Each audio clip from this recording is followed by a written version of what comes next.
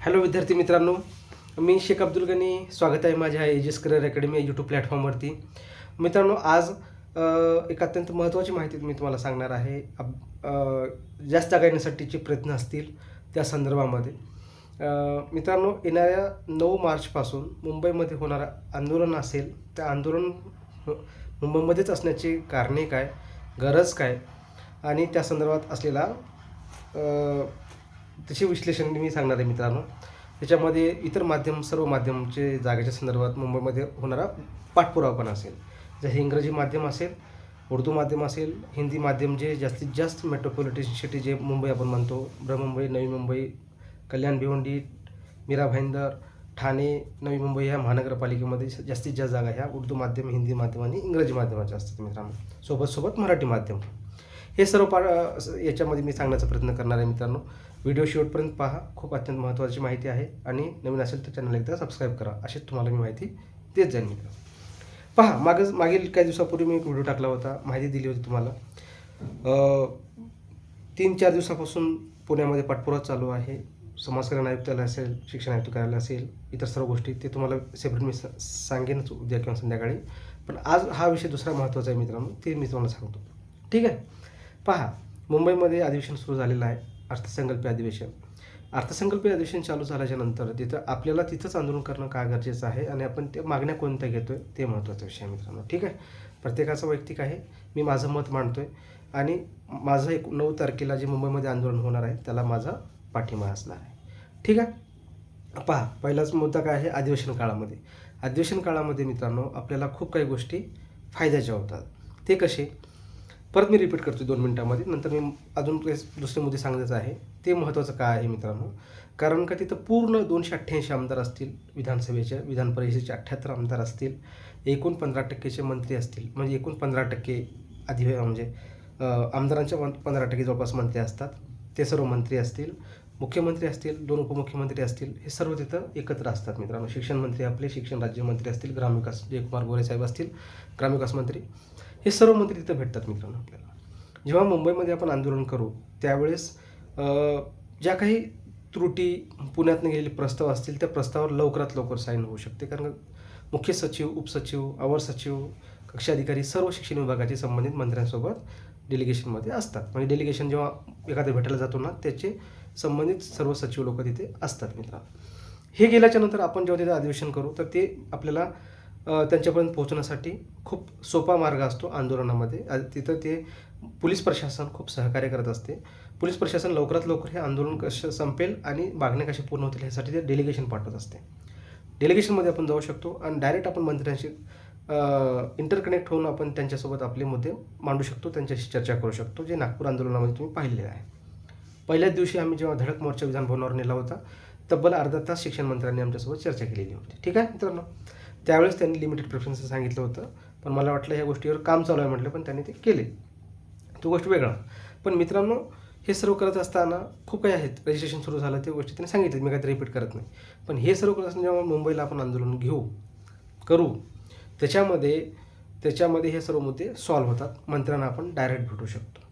दुसरा मुद्दा, सर्वात मोठी पॉवर आहे मीडिया.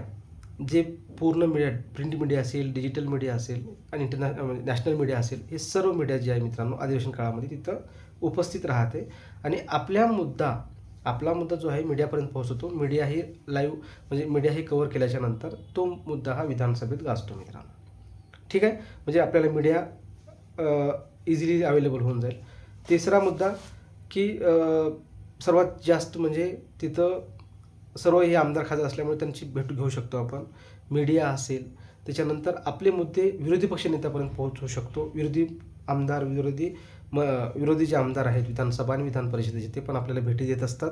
त्यांच्यापर्यंत हा मुद्दा पाठवून आपण लक्षवेधी मांडू शकतो मित्रांनो. मागच्या वेळेस आम्ही वडेट्टीवार साहेबांना भेटलो, विजय वडेट्टीवार साहेबांना, जे गटनेते आहेत काँग्रेसचे, त्यांना भेटल्यानंतर त्यांनी डायरेक्ट लक्षवेधी विधानसभेत मांडली होती, ज्यामुळे जयकुमार गोरे साहेबांनी रिक्त पदांचा तपशील सांगितला होता. सकाळी 6 वाजता आम्ही त्यांच्या घरी भेटलो होतो. ते मला मागे सांगितलेलंच आहे, नवीन काही सांगणार नाही. म्हणजे अचिव्हमेंट अशी भेटत असतं, मला एक सांगायचं होतं. आणि एक नाही, मीडिया झालं, जलद निर्णय जे असतात ना मित्रांनो, जलद निर्णय म्हणजे सर्व मंत्री, उपसचिव, इन्स्टंट निर्णय होत असतो. आणि पुण्यातनं जे काही प्रस्ताव केलेला आहे त्या प्रस्तावावर सही होईल या संदर्भामध्ये आहे. आणि ते काय बदल झाले काय नाही संध्याकाळी मी सांगेन, त्याचा काही विषयच नाही. पण मुंबईमध्ये आंदोलन करण्याचे फायदे काय आहेत हे मी तुम्हाला सांगणार आहे मित्रांनो, हे सांगितलं आहे मित्रांनो, ठीक आहे. आणि फाईल जे असतात काय आपले जे प्रस्ताव इथून गेलेले असतात ते लवकर त्याच्यावर निपटारा होईल आश्वासन देतात. कारण का कोणत्याही सरकारला, कोणत्याही मंत्र्यांना, कोणत्याही प्रशासनाला आंदोलन नको आहे, हा एक मुद्दा असतो, ठीक आहे. आणि जास्त प्रभावी पडतो.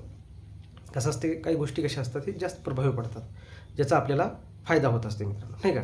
आणि हे ज्यामुळंच आंदोलन करणं खूप गरजेचं आहे मुंबईमध्ये. आणि हे शेवटचं आंदोलन असणार आहे. ह्याच्यानंतर मे बी आंदोलन होणार नाही. कारण का डिसेंबरपर्यंत जेव्हा हिवाळी अधिवेशन होईल तोपर्यंत खूप भरतीमधली शिक्षक भरती अभितव बुद्धिमत्ता चाचणी जे 25मध्ये झालेली आहे त्याच्यामध्ये खूप काही टप्पे पूर्ण झालेले असतील. त्यामुळं हे महत्त्वाचा विषय आहे मित्रांनो. आता थेट आंदोलनामध्ये उपस्थित करू शकतो प्रश्न, हे तुम्हाला सांगितलं. सभागृहात प्रश्न मांडू शकतो, एखाद्या आमदारांची भेटी असतात त्याने मुद्दा आपण मांडू शकतो. जसं फडणवीस साहेबांनी आपला मुद्दा विधानसभेत मांडलेलाच आहे, नाही का. प्रशासनावर दबाव मीडियाच्या माध्यमातून टाकता येते, मी तुम्हाला परत सांगितले तेच, नाही का. आणि हे सर्व करत असताना मित्रांनो काही गोष्टी आपण विचारपूर्वक भाग घेणं गरजेचं आहे. विचार करा. हे सर्व करत असताना जर आपण मुंबईमध्ये आंदोलन जास्त असं मोठे दिवस असणार नाही मला असं वाटते. आणि तिथं खूप गरजेचं आहे मित्रांनो. त्याचं कारण आहे बघा, तिथं काही त्रास होणारच आहेत. कसं आहे, अधिवेशन काळ आहे, मुंबई आहे, लोकसंख्या खूप आहे, तिथं राहण्याचा प्रश्न असेल, खाण्याचा माणूस काय खाण्यासाठी नाही. एकदा आपण जर नोकरीवर लागलो तर आयुष्यभर आपण चांगली भाकरी खातो हे तुम्हालाही माहीत आहे. त्यामुळं इथं कोणी मुंबईमध्ये खाण्यासाठी राहण्यासाठी येत नाही आहे. आंदोलनासाठी यावं असं मला विनंती आहे. बाकी सर्व मार्ग निघतातच आहे. आयुष्यातले 2 दिवस 3 दिवस जर आपण कठीण काळात काढलो आपल्या स्वतःच्या रोजीरोटीसाठी, स्वतःच्या नोकरीसाठी, काही ते गैर नाही असं मला वाटते. आणि हे खूप महत्त्वाचं आहे मित्रांनो. तुम्ही थोडंसं हा मुद्दा सिरियस घ्या ना. तुम्ही तर स्थानिक असाल, मान्य करा तुम्ही छत्रपती संभाजीनगरचे आहात, ठीक आहे. तिथील जे आमदार आहेत मान्य करा, तुम्ही जालनाचे आहात, संबंधित लोकलचे जे आमदार आहेत, अर्जुन खोतकर साहेब असतील, तर सर्व जे आमदार साहेब असतील किंवा कैलाश गोरंट्याल असतील, जे पण स्थानिक आमदार असतील तुमच्या ओळखीचे, त्यांच्यापर्यंत तुम्ही पोहोचू शकता आणि तो मुद्दा विधानसभेत मांडू शकता. आणि सर्व एकत्रच भेटतात. असं तर नॉर्मल टाईममध्ये ते एकत्र तुम्हाला भेटणार नाहीत, पण तिथे तुम्हाला आवर्जून एकत्र भेटतात. ह्याचा आपल्याला फायदा घेता येईल. म्हणून मुंबईमध्ये जे काही त्रुटी राहिलेल्या आहेत, म्हणजे पुण्यातनं काही प्रस्ताव गेलेले आहेत, त्या प्रस्ताव लवकरात लवकर इम्प्लिमेंट होण्यासाठी कोकण विभागात जो संच मान्यतेमध्ये फ्लेक्झिबिलिटी आलेली आहे, GR आलेला आहे, त्याचे अजून एक GR येईल त्याच्या संदर्भामध्ये, ते इतर भागात लागू करणं, असे खूप मुद्दे आहेत. ते मुद्दे संध्याकाळपर्यंत माहीत होतीलच आपल्याला. खूप असे मुद्दे आहेत महत्त्वाचे. त्याच्यानंतर संस्थेच्या 80% भरती संदर्भात असेल, ज्या जागांची भरती असेल, पेसाच्या भरतीच्या संदर्भात असेल, सर्व मुद्दे आहेत त्याच्यामध्ये. हे मुद्दे घेऊन आपण तिथं मुंबईमध्ये जाणार आहोत. युवा शैक्षणिक व सामाजिक न्याय संघटना त्याचे अध्यक्ष संदीप कांबळे सर यांचे नेतृत्व करत आहेत. त्यांच्या मागे या व्हिडिओच्या माध्यमातून मी तुम्हाला सांगतो की माझं त्यांना पाठिंबा असणार आहे मित्रांनो. या संदर्भामध्ये त्यांनी पुढाकार करत आहेत, ते विद्यार्थ्यांच्या हिताचा मुद्दा घेत आहेत. त्यांना माझ्याकडनं फुल सपोर्ट राहणार आहे आणि स्वतः मी आंदोलनामध्ये भाग घेणार आहे मित्रांनो. मी तुम्हाला सर्वांना विनंती करतो आहे की तुम्ही पण सहभागी व्हावा आणि जास्तीत जास्त आपल्या मागण्या शासनापर्यंत पोहोचून आपला जो हित आहे तो साध्य करून घ्यायचं आहे, एवढं मला सांगायचं होतं.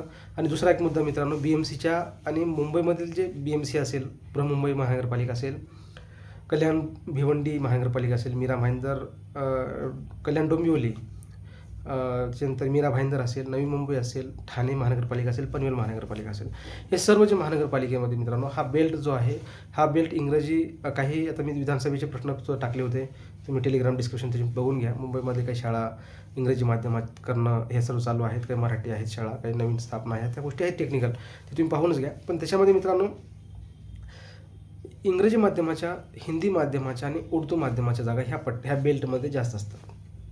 याचं कारण आहे लोकसंख्या मायनॉरिटीची लोकसंख्या जास्त आहे किंवा इतर सर्व कॉन्व्हेंटमध्ये 100% शहरीकरण असल्यामुळं पालकांचा कल हा इंग्रजी माध्यमाकडे जास्त आहे. त्या संदर्भात इंग्रजी माध्यमाच्या पण खूप शाळा आहेत.